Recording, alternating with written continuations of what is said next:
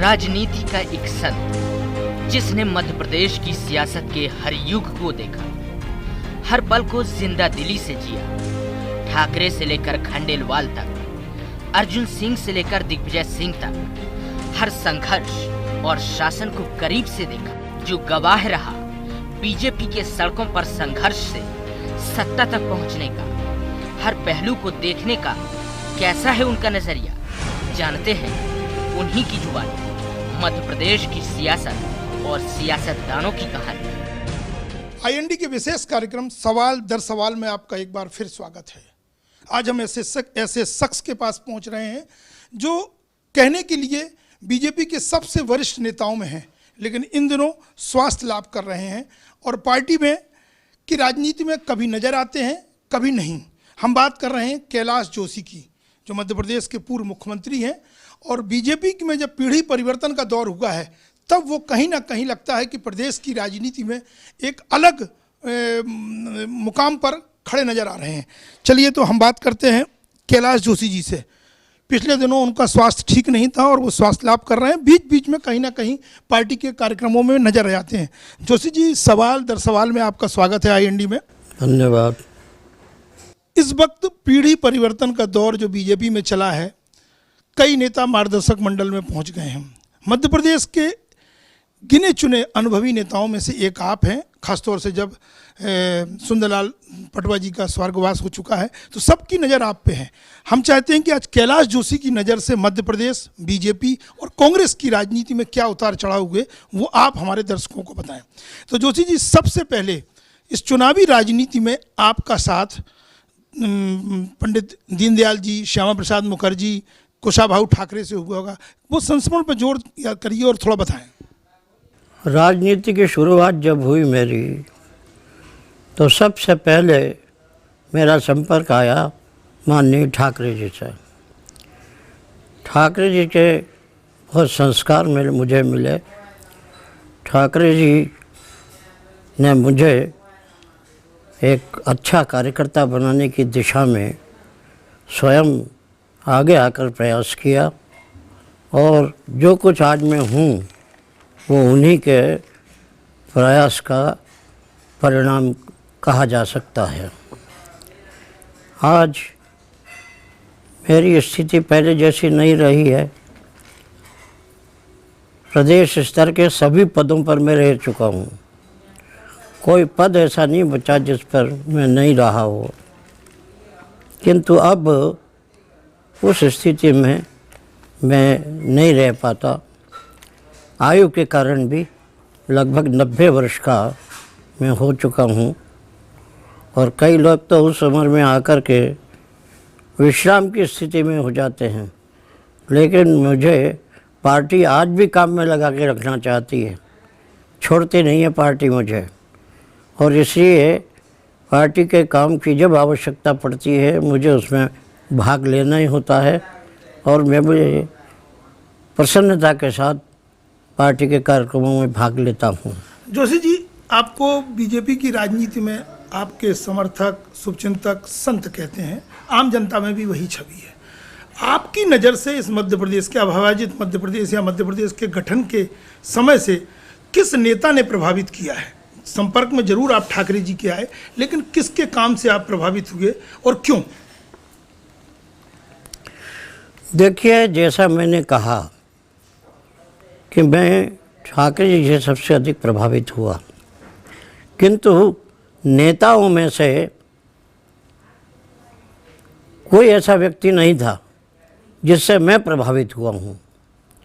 मुझसे भी प्रभावित होने वाले कोई नेता नहीं थे।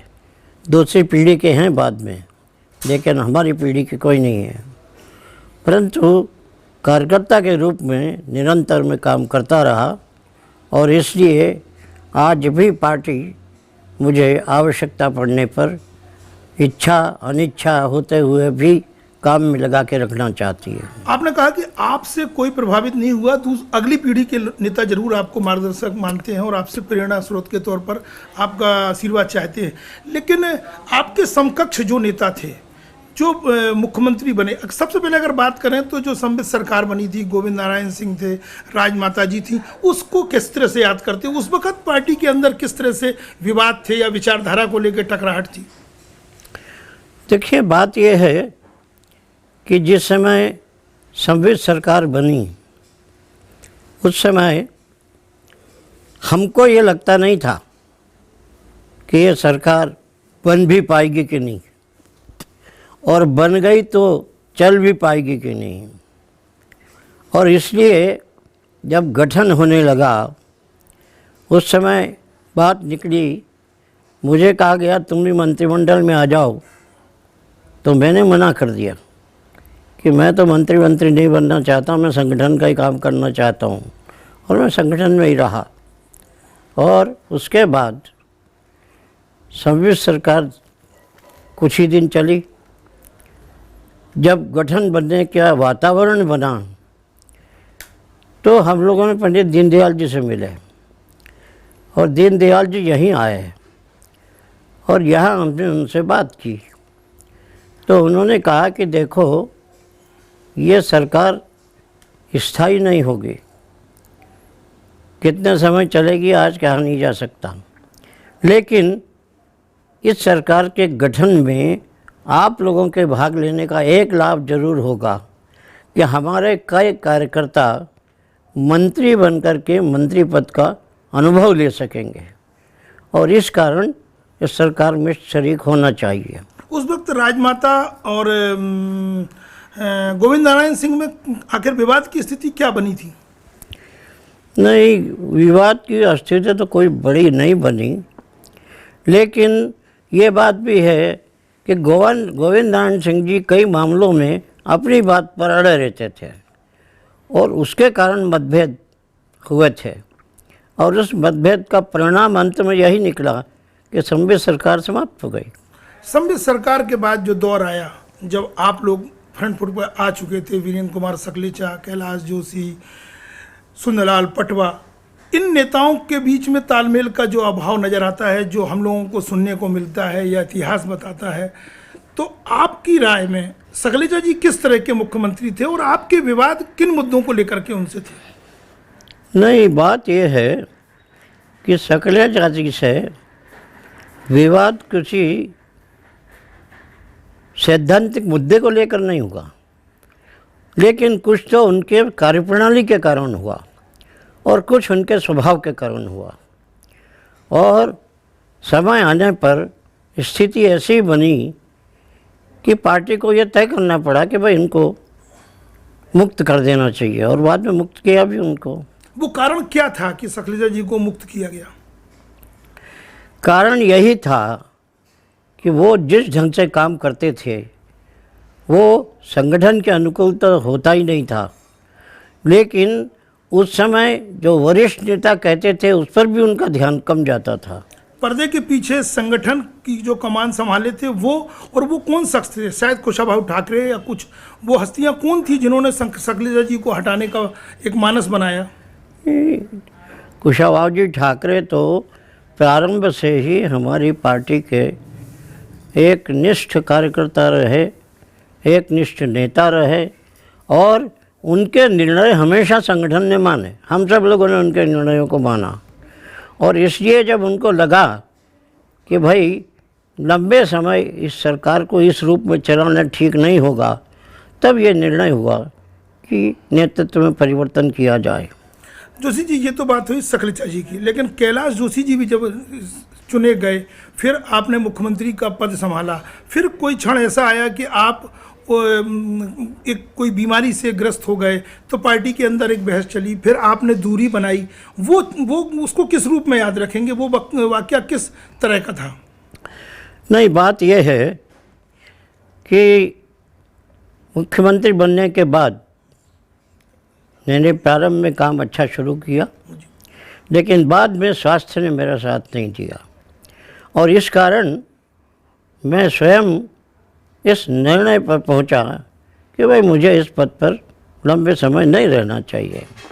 तो वो जो दौर था सर, जब बीच में एक तरह से अवकाश ले लिया था, कुछ दिल्ली के नेताओं ने भी हस्तक्षेप किया था कि आप एक सर्किट हाउस में वहाँ रहिए, वहाँ चलाइए सरकार, लेकिन आप आवास पर रहे, उस क्षणों को किस रूप में थोड़ा सा इस नई पीढ़ी को आप बताएंगे? नहीं, बात यह है कि मुझे विभिन्न हमारे नेताओं ने अपनी अपनी राय दी। किसी ने कहा ऐसा करो, किसी ने कहा वैसा करो, लेकिन मैं तो इस निर्णय पर पहुंचा कि भाई मुझे इस समय मुक्त हो जाना चाहिए। एक प्रस्ताव ऐसा आया था कि आप बने रहें, काम कोई और करता रहे, कहीं और बने रहिए, वो क्या? ये निर्णय भी अनेक लोगों ने, थोड़ा सा कुछ नाम बताइए जिन लोगों ने आपसे सहानुभूति दिखाई, सलाह दी थी जी। ये सलाह देने में सबसे अधिक किसी का अगर भाग रहा तो वह स्वयं पटवा जी का ही रहा। पटवा जी ने भी ये कहा कि भाई काम करते रहो, और इसी प्रकार से दूसरे भी जो वरिष्ठ कार्यकर्ता थे उनका रहा। फिर इस चीज़ का ये समस्या का समाधान कैसे निकला? फिर आपको कुर्सी छोड़ना पड़ी? नहीं, बात यह है कि कुर्सी छोड़ने का जो मामला है उसके लिए तो अन्य कोई जितना जिम्मेवार है उससे अधिक मैं स्वयं जिम्मेवार हूँ। क्यों अपने आप को आप जिम्मेदार मानते हैं? इसलिए मानता हूँ कि हम यहाँ से दिल्ली गए और दिल्ली में जाकर के हमने कहा कि भाई अब मैं स्वास्थ्य के कारण मुक्त होना चाहता हूँ। अपनी बात किसके सामने रखी आपने? मोरारजी भाई के सामने। मोरारजी भाई के सामने बात रखी गई और मोरारजी भाई ने आग्रह किया, नहीं भाई ऐसा मत करो। तो एक बार मान करके मैं यहाँ आगे भी गया, लेकिन थोड़े दिन के बाद फिर मैंने कहा ठाकरे जी से कि मैं फिर दिल्ली चलना चाहता हूँ, मैं तो नहीं रहूँगा अब। और फिर गया और त्यागपत्र देने की बात तय करके आया और त्यागपत्र दे दिया मैंने। जोशी जी, आपने सखलेचा जी का जिक्र किया और पटवा जी को श्रेय देते हैं आप कि उन्होंने कहा कि आप जो भी स्थिति है, स्वास्थ्य इजाज़त नहीं दे रहा है, लेकिन कुर्सी पे बने रह के चलिए। पटवा जी के बारे में क्या सोचते हैं? अब आप और उनकी जो जोड़ी है वो टूट चुकी है। देखिए, पटवा जी का मेरा संगठन में भी और शासन में भी जब जब अवसर आया, बहुत लंबे समय तक दोनों का साथ रहा। दोनों के बीच मतभेद भी बहुत कम रहे, और मतभेद भी कुछ मुद्दों पर हुए तो उन मतभेद को हमने आपस में बैठ के निपटाया। किसी तीसरे को पंच बनाने की या तीसरे को मध्यस्थ बनाने की आवश्यकता नहीं पड़ी। वो मतभेद किस तरह के थे? नहीं, वो मतभेद छोटे मोटे आते थे कई बार। मैं कुछ सोचता था, वो कुछ सोचते थे, संगठन के और लोग कुछ और सोचते थे। कोई ऐसी बात जिसको अब आप शेयर करना चाहें? नहीं, बात यह है कि मुख्य रूप से तो एक बात यही है कि सबसे अधिक मेरे उनके बीच मतभेद जो हुआ वो इस कारण हुआ कि पटवा जी चाहते थे कि सरकार का ढंग इस ढंग से चले। किस ढंग से? जो उनके मन में था कि भाई सरकार इस तरह चलना चाहिए। और आपके मन में क्या और था? मेरे मन में ये था कि ऐसा नहीं, इसमें ये परिवर्तन होना चाहिए। तो ये मनभेद कहेंगे कि मतभेद कहेंगे? नहीं, मनभेद ही कहा जा सकता है। मतभेद होता तो पार्टी टूट जाती या हम कोई में किसी तीसरे को आपने इजाजत नहीं दी कि दोनों के बीच में इस मतभेद का फायदा उठाए? सुलझाया कैसे फिर इस चीज को? ये दोनों समानांतर पटरी की तरह कैसे चले, भले अलग अलग थे? नहीं, इसलिए चले कि दोनों के बीच मतभेद तो होते थे, लेकिन मनभेद की स्थिति कम बनती थी। और यदि कोई मतभेद पैदा होते थे तो आपस में बैठ कर के हम निपट लेते थे उनको, दोनों मिल कर के। तीसरे को मध्यस्थ बनाने की आवश्यकता मैं समझता हूँ एक आध बार कभी पड़ी हो तो पड़ी हो, अन्यथा नहीं पड़ी। कैलाश जोशी जी मुख्यमंत्री भी रहे, अपने कार्यकाल को किस तरह से याद करेंगे आप? देखिए, कार्यकाल तो मेरा बहुत छोटा सा रहा और इस कारण ये कहा नहीं जा सकता कि मेरा कार्यकाल कुछ बहुत अच्छा रहा। लेकिन ये बात निश्चित है कि मुख्यमंत्री के रूप में जनता के बीच मेरी छवि बहुत अच्छी बनी। जनता को यह लगा कि वास्तविक में जैसा मुख्यमंत्री होना चाहिए मध्य प्रदेश को मुख्यमंत्री हमें मिला है, ये छवि रही। लेकिन कैलाश जोशी जी अपने सहयोगियों सकलेचा जी और पटवा जी के मंत्रिमंडल में भी शामिल होने को तैयार हो गए थे। वो महत्वाकांक्षा थी या एक एडजस्टमेंट था या सामने वाले की डिमांड थी, आपकी अनुभवों का इस्तेमाल? महत्वाकांक्षा कतई नहीं थी। मैं तो बंगला कार सब छोड़ के आ गया था। बंगला भी मैंने खाली कर दिया था जिसमें रहता था। लेकिन बाद में ये कहा गया कि भाई सरकार को चलाने के लिए सबकी आवश्यकता पड़ती है, इसलिए आपको मुक्त नहीं किया जा सकता, घर नहीं बैठ सकते, आप सरकार में रहें, मंत्रिमंडल में आएँ। और इस कारण कुछ दिन में निर्विभागीय मंत्री रहा। जी, बिना विभाग के मंत्री रहे। बिना विभाग के मंत्री रहा। और उस समय फिर मैं छोटे बंगले में दूर चला गया, परंतु बाद में फिर मुझे विभाग दिया गया। और जब विभाग देने का अवसर आया तब मैंने सेक्रेटरी जी से कहा कि मुझे विभाग मेरी पसंद के चाहिए। तो सेक्रेटरी जी ने कहा कि भाई आप अपनी पसंद बताओ, लेकिन मेरी पसंद का असर ज़्यादा होगा, मेरी पसंद को प्राथमिकता मिलेगी, और इसलिए आप क्या विभाग लेना चाहोगे? तो मैंने उनसे कहा कि मुझे उद्योग और विद्युत चाहिए। तो पहले तो उन्होंने इनकार किया, लेकिन बाद में फिर वो सहमत हो गए और मुझे दोनों विभाग मिले। दोनों विभागों को कुछ समय तक मैंने चलाया, और चलाने के बाद फिर स्थिति जब बदली तब फिर वातावरण भी बदला। कितना असहज हो जाता है कि एक मुख्यमंत्री दूसरे के अधीन काम करे एक मंत्री के तौर पर, खासतौर से जब पटवा जी के साथ आप मंत्री बने, उस वक्त सकलेचा जी के अनुभवों को ध्यान में रखते हुए पटवा जी के साथ कैसे तालमेल बना? नहीं, देखिए बात क्या है कि पटवा जी का सोच संगठन के दृष्टिकोण से रहा और मेरा भी सोच वही था। इस कारण कभी कुछ मुद्दों पर मतभेद होने के बावजूद भी उस सरकार को ठीक प्रकार चलने में हम दोनों का सहयोग रहा, उनका भी रहा, मेरा भी रहा। पटवा जी के मुख्यमंत्री कैबिनेट में आप किन विभागों के मंत्री रहे और किस तरह से विभाग आपकी पसंद के मिले थे या फिर थोड़ा सा जद्दोजहद करना पड़ा? नहीं, मेरी पसंद के ही मिले थे। पहले ज़रूर उनने कुछ राय दी कि भाई ये मत लो, ये ले लो, पर मैंने कहा भाई मैं तो यही विभाग चाहता हूँ, और बाद में उन्होंने वही विभाग मुझे दिए थे। आपने कहा कि आपके अपने कार्यकाल की बतौर मुख्यमंत्री कोई बड़ी उपलब्धि नहीं जिसको आपकी नज़र से नहीं मानते, लेकिन सकलेचा जी और पटवा जी की तुलना करेंगे तो दोनों के व्यक्तित्व कार्यशैली को किस तौर पे देखेंगे? देखिए, दोनों की कार्यशैली में बहुत अंतर था। पटवा जी का सोच अलग था, सकलेचा जी का सोच अलग था, और उसके बावजूद भी सरकार चलाने का अवसर आया तो सरकार चलाने की दृष्टि से छोटे मोटे तालमेल भी होते रहे, लेकिन कई बार मतभेद भी बहुत पैदा हुए। ये आज भी मुझे याद है। जोशी जी, आपातकाल के बाद एक बीना अधिवेशन हुआ था जहां आप पहुंचे थे और एक बड़ी विवाद की स्थिति हुई थी, और लखीराम अग्रवाल जी मतलब संगठन की राजनीति में कहते थे कि लखीराम जी से आपके मतभेद अचानक उभर कर सामने आते थे। तब ठाकरे जी कैसे समझाते थे और कैसे तालमेल करते थे, और आखिर वो मतभेद क्यों थे? नहीं, मतभेद के कारण तो कोई विशेष नहीं थे। बीना अधिवेशन पे थोड़ा जोर करिए, याद करिए आप। बीना अधिवेशन हुआ था वहाँ पर। बीना अधिवेशन हुआ था, वहाँ पर कोई जो मतभेद पैदा हुए थे वो केवल एक दो मुद्दों पर थे, और उस पर मैंने साफ कह दिया कि मैं कोई नहीं करूँगा, मैं नहीं मानता इसको। किस मुद्दे पे थे? प्रदेश अध्यक्ष में चुनाव लड़ने को लेकर के? नहीं, चुनाव लड़ने को नहीं, सरकार चलाने के तौर तरीकों से ही था, और उसके कारण मतभेद होते थे।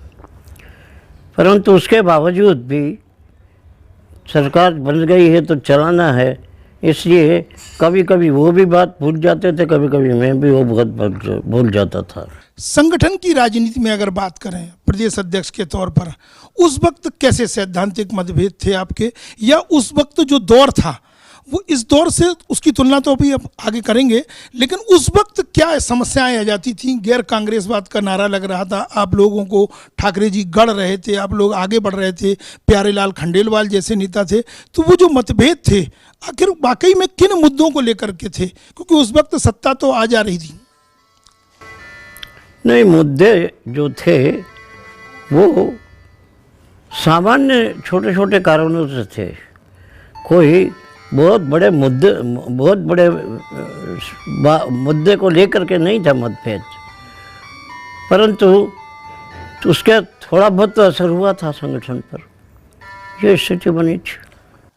कुशाभाऊ ठाकरे का आप जिक्र कर रहे हैं, प्यारेलाल खंडेलवाल को किस तौर पे देखेंगे? जैसे पटवा जोशी के बीच में सब कुछ ठीक ठाक होते हुए लोग उसमें से कुछ दूरियां देखते थे, तो ठाकरे जी और खंडेलवाल जी के बीच के रिश्ते कैसे थे, और आप लोगों को एक मार्गदर्शक के तौर पर किस रूप में आप उनको लेते हैं? नहीं, पटवा जी, प्यारेलाल जी और ठाकरे जी के बीच में हमेशा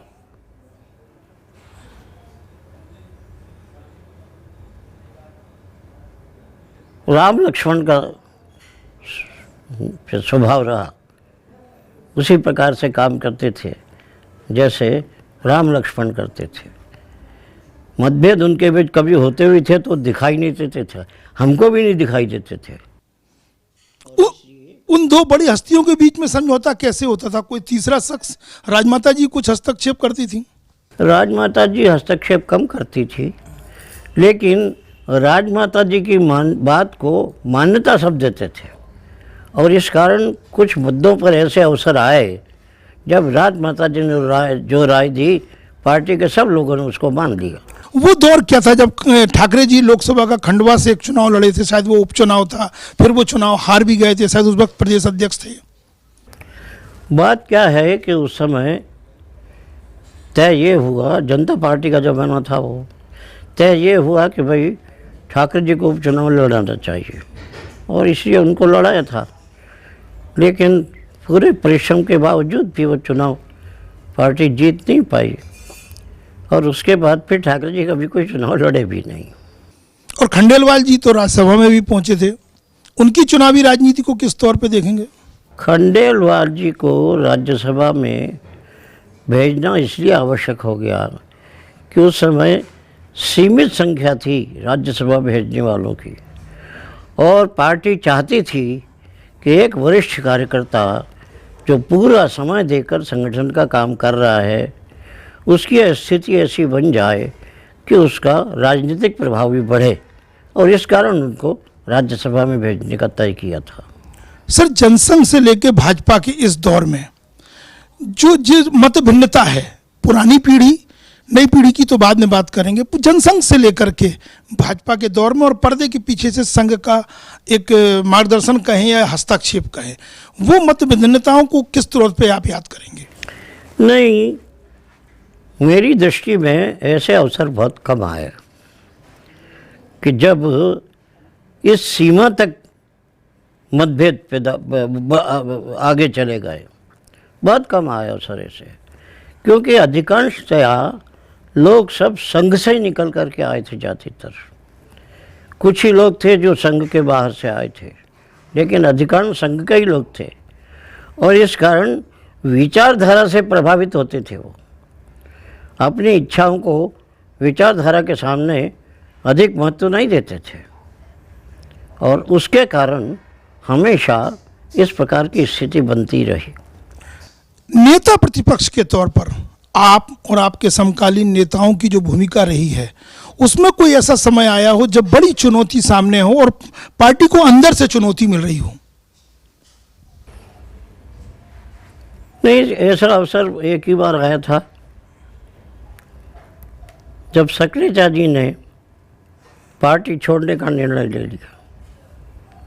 मान मनोबल तो हुए थे, मान मनोबल हुए, बहुत उनको समझाने का प्रयास किया गया, लेकिन वो नहीं माने। आखिर वजह क्या थी? कहीं आपसे कुछ बात जुड़ रही थी?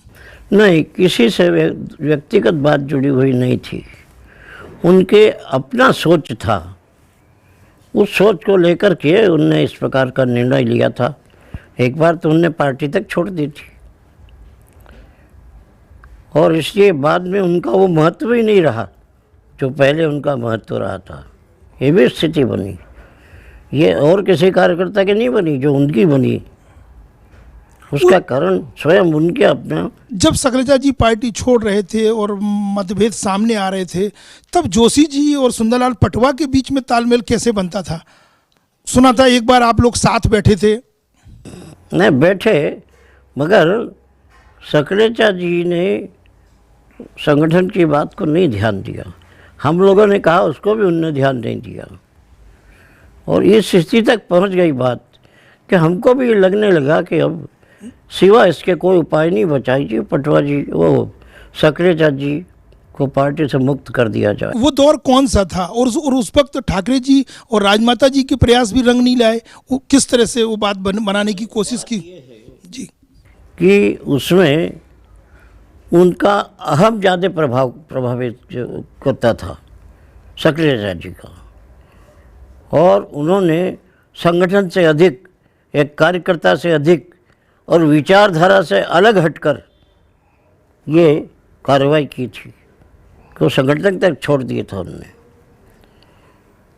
जो बाद में अच्छा नहीं कहा गया। फिर आपने क्या मानस बनाया उस समय? नहीं, उस समय हमने मानस यही बनाया कि भाई हम लोगों को तो संगठन को ठीक दिशा देना है, संगठन को ठीक दिशा में ले जाना है और उसी प्रकार से हमें सोचना चाहिए। और वो सोचा, वो जिस सीमा तक जहाँ तक गए, परंतु बाद में फिर लौट करके भी आना पड़ा उनको। तो ये स्थिति इसी प्रकार से बनी। कैलाश जोशी जी से हमारी चर्चा जारी रहेगी। मिलते हैं हम एक छोटे से ब्रेक के बाद।